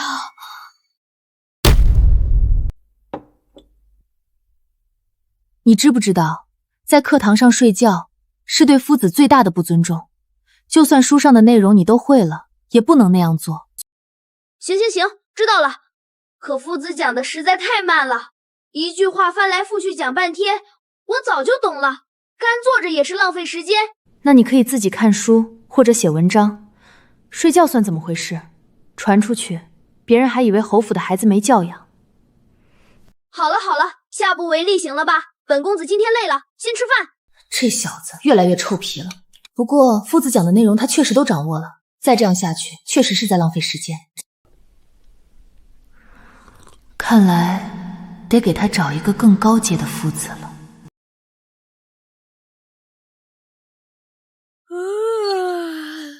好不容易休假，大清早照就拉我出来，困死了。说好的奖励你考上书院，别不知好歹。今天带你出城塔清透透气。塔清？那你带了什么吃的？到了你就知道了。驾！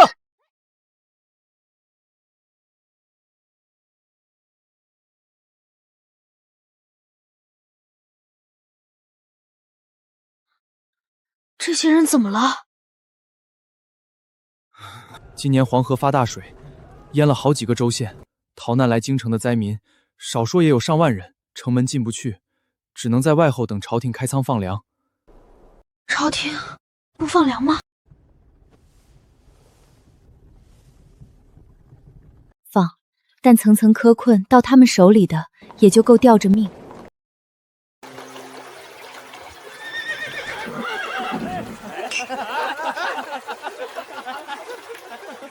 他们在那边吃喝玩乐，城外的人连口粥都喝不上。臭小子，你之前可玩的比他们谁都欢。那怎么能一样呢？本公子可没那么过分。还真是朱门酒肉臭，路有冻死骨啊。喂，咱们能不能帮帮他们？你想怎么帮？施粥，从明天开始在城外施粥。施粥要花银子。这是我从牙缝里攒的，不够的话你再添点儿。这么多，从牙缝里攒的？你那牙缝可真够宽的。你到底帮不帮？帮。明天开始，城外施粥用你的银子。好。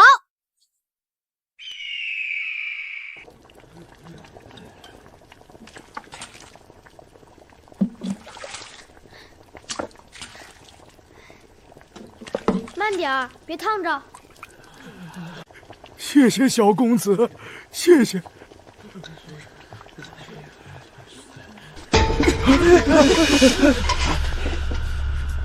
你是灾民？怎么不是？我老家也发大水了。你是哪个县的？有官府发的难民凭证吗？哎呦，你这小娃娃管那么多干嘛？有粥就施，施了就别挑人。这粥是给吃不上饭的灾民的，你要是能吃上饭，就别来抢。你们施粥的凭什么挑人？我们也是穷人，舍不得就别在这儿装善人。你们简直岂有此理！是不是小爷不发威？啊！你确定？你听我的。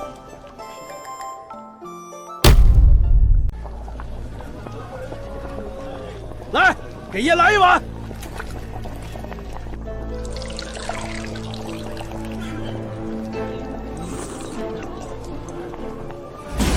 呸呸！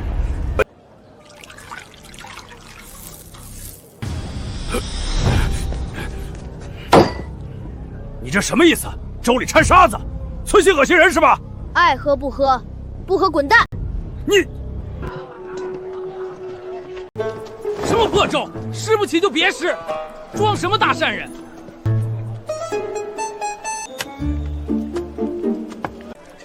劳烦小公子。小娃娃，这粥里怎么这么多沙子？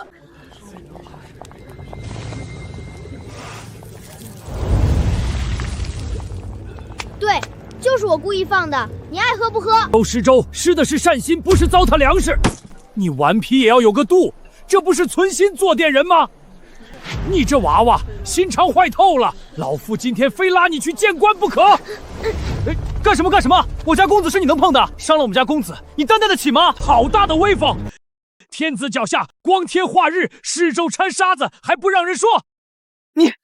我往粥里掺沙子是为了他们好。胡说八道，哪有给人吃沙子的道理？一看你就不懂，真正吃不上饭的灾民，别说是沙子，就是泥巴他们也吃得下去。但是那些有饭吃的，厚着脸皮来蹭粥的，看见粥里有沙子就不喝了。只有这样，这锅粥才能送到灾民嘴里，不然全让那帮不要脸的抢走了，灾民连口刷锅水都喝不上。这位老伯，小公子说的是真的。昨天那帮人把粥抢了大半，我们好多人连口汤都没捞着。今天有了沙子，那些人果然不来了，我们才喝上粥。小公子，是老夫错怪你了。你们听说了吗？老院长游学回来了，真的，就是那位3代帝师周巡周老先生，不止回来了，听说他要收徒。收徒？老院长都10年不收徒了。我娘跟老院长的夫人是远房亲戚，前几日老院长回来，我娘还特意带着我去拜访过。老院长还夸我学问扎实，说本届学子中我是最有希望的一个。真的？那耀哥你岂不是已经内定了？也不能这么说，不过嘛，反正轮不到那些靠关系进来的。你们说，天天上课睡觉，连夫子讲什么都不听的人，也不知道是怎么考进来的。回来，公子，他们说你，随他们去。本公子要是跟一群只会嚼舌根的人计较，那我跟他们有什么区别？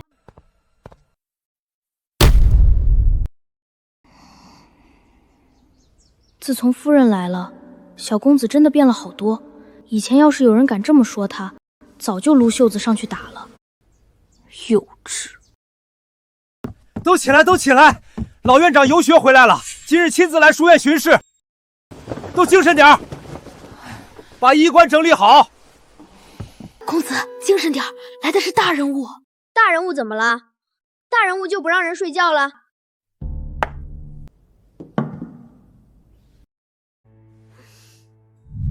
这不是施粥处那个骂我的老头吗？都坐吧，老夫今日就是来看看你们学的怎么样。公子，坐啊！完了完了，我让这老头喝带沙子的粥，还往锅里丢土，要是被徐婉知道了，指定要抽我。宗锦城到。在你看来，当今天下百姓过得如何？你要听实话吗？你说。我觉得不怎么样。你跟我出来一下。完了完了！快，宗锦城，赶紧跟院长出去。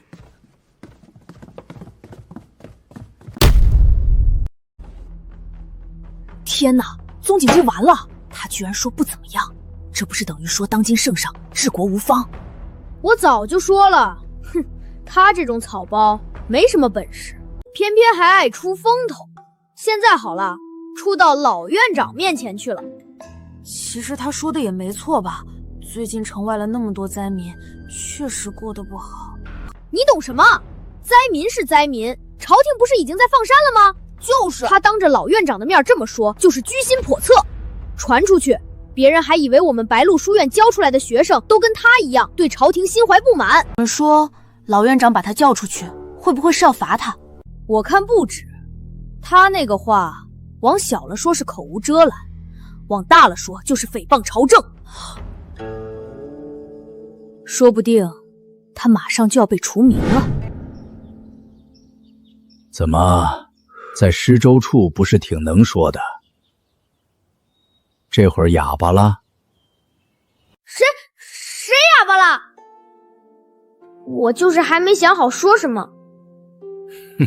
那就先别想，坐。哦。老夫10年不收徒了。听说了。但老夫今天要破例了。你知道为什么吗？不知道。因为老夫在他身上看见了一样东西。什么东西？不只是会读书的脑子，是心里装着别人。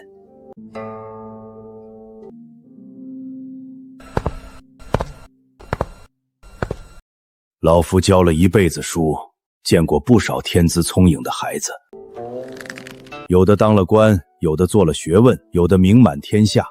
但真正能让老夫记住的，不是那些最聪明的，而是那些心里有百姓的。你在施州处做的事，老夫看在眼里，这比你背100本圣书都管用。所以老夫愿意收你为徒，你愿意拜老夫为师吗？学生宗锦城拜见老师。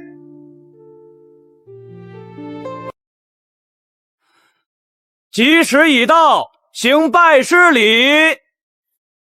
老师，请用茶。从今日起，你便是老夫的关门弟子。为师送你4句话：为天地立心，为生民立命，为往圣继绝学，为万世开太平。你记住了吗？学生记住了。这是为师年轻时手抄的，跟了为师40年。今日送给你。学生定不负老师教诲。你家人为了你读书费了不少心思，去给他们也敬杯茶吧。祖父祖母请用茶。好孩子，好孩子。娘，请用茶。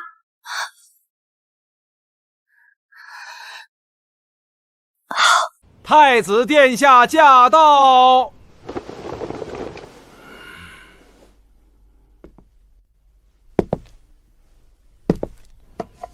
上次送你的麒麟佩是见面礼，今日这方松纹古砚贺你拜师。好好读书，莫辜负你老师的期望。多谢太子殿下。私下里，你还是叫我伯伯吧。是，伯伯。这位太子殿下对锦城的态度未免太好了些。侯夫人，您到底是怎么教锦城的？他现在居然这么听话。我家那个皮猴和他不相上下，我请了3个夫子都不管用。是啊是啊，您可有什么秘诀？我们愿意出银子买。秘诀就在这2本书里，这可是我和锦城的启蒙夫子一起编写的教科书。一个落地秀才编的书，也好意思拿出来卖？我看宗锦城就是运气好。我儿子考上是运气，那你儿子考不上是什么？也是运气？你好歹是侯府夫人，当众卖书，真是上不得台面。哪里上不得台面？太子殿下，侯夫人这2部书，锦城拿给本宫看过，做得不错，著述精到，本宫会奏请朝廷全国发行。这位夫人还有异议吗？臣妇不敢。徐夫人，不知可有闲暇，孤有要事相商。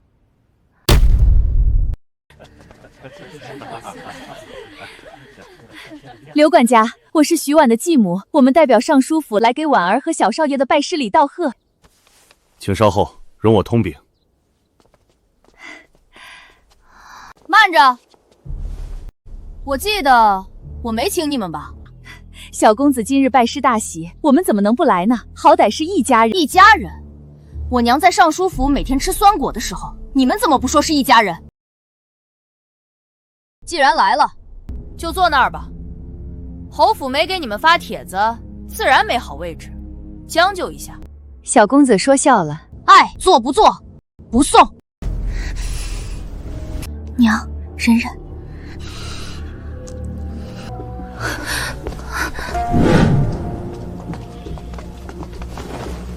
徐婉这个贱人，肯定是故意叫这小混蛋来吓我的脸。等着瞧，待会儿有他哭的。殿下有何要事，但说无妨。徐夫人，你可知道锦城的身世？锦城是我夫君宗兆的儿子，远阳侯府的嫡长孙。不，他是本宫的儿子。殿下说什么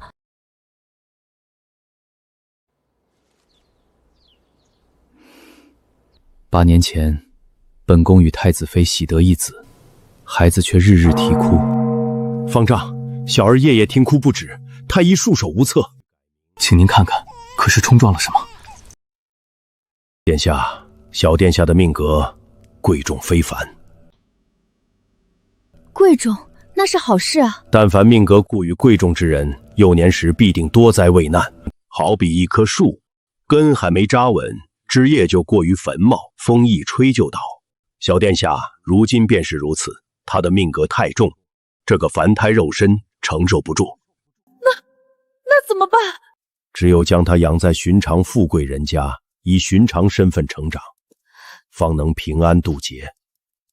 改名换姓，寄养他处，那要养到什么时候？18岁，18岁之前不可入东宫，不可认亲生父母，否则恐有性命之忧。难道就没有别的办法？殿下，老衲不会拿小殿下的性命开玩笑，这是唯一的生路。一个命格过硬、福泽深厚的人家，太轻的压不住小殿下的命格，太重的小殿下又受不住。老衲推算过，远阳侯府正合适。宗兆，正是。小侯爷宗兆命格刚硬，又与小殿下有缘。若将小殿下寄养在他名下，以侯府嫡长孙的身份长大，可保平安。所以，锦城是殿下的嫡长子。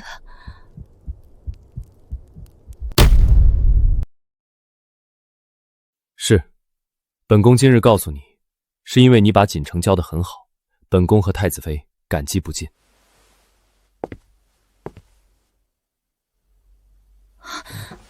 殿下折煞我了。本宫今日告诉你，并非要带走锦城，方丈批命，他18岁之前不能回东宫，这些年还要劳烦你继续教养他。合着这才是最大的老板，管着侯府还不够，还得替太子养儿子。臣妇定不负殿下所托。另外，今日还有一件事，算是本宫给你的惊喜。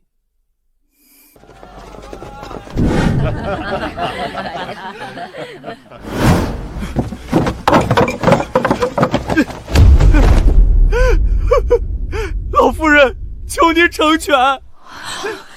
草民与侯夫人两情相悦，他在尚书府时便与草民私定终身，临出阁时他却被逼嫁来侯府，我们被迫分离。这是我和徐氏相通的证据，帕子上绣着他的名字，还有一支青竹。他说竹子高洁像草民的品格。老夫人，草民斗胆，求您放婉儿出府吧。这绣工倒真像是大家闺秀的手笔，莫非真有此事？还有这只银簪，也是徐氏送给草民的定情之物。他说他在尚书府不受宠，没有金银珠宝，只有这只银簪是他生母留下的，送给草民做念想。老夫人，草民不求别的，只求您开恩，放他与草民双宿双飞。成了，这回看他怎么脱身。娘，您这招太狠了，银簪和帕子都是您从尚书府偷偷拿出来的吧？那个贱人的生母留下的东西，我一直留着，就等今天。侯府再大度，也容不下这种丑事。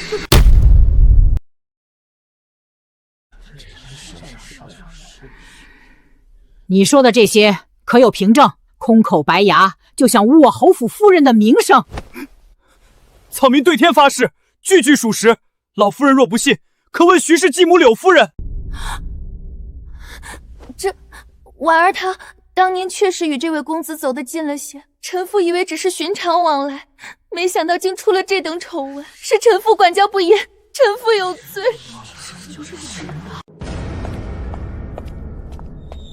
顿城，你放屁！我娘才不会。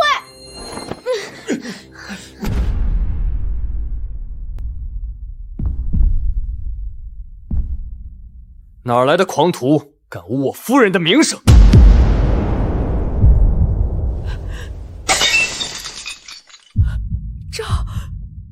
赵儿，爹，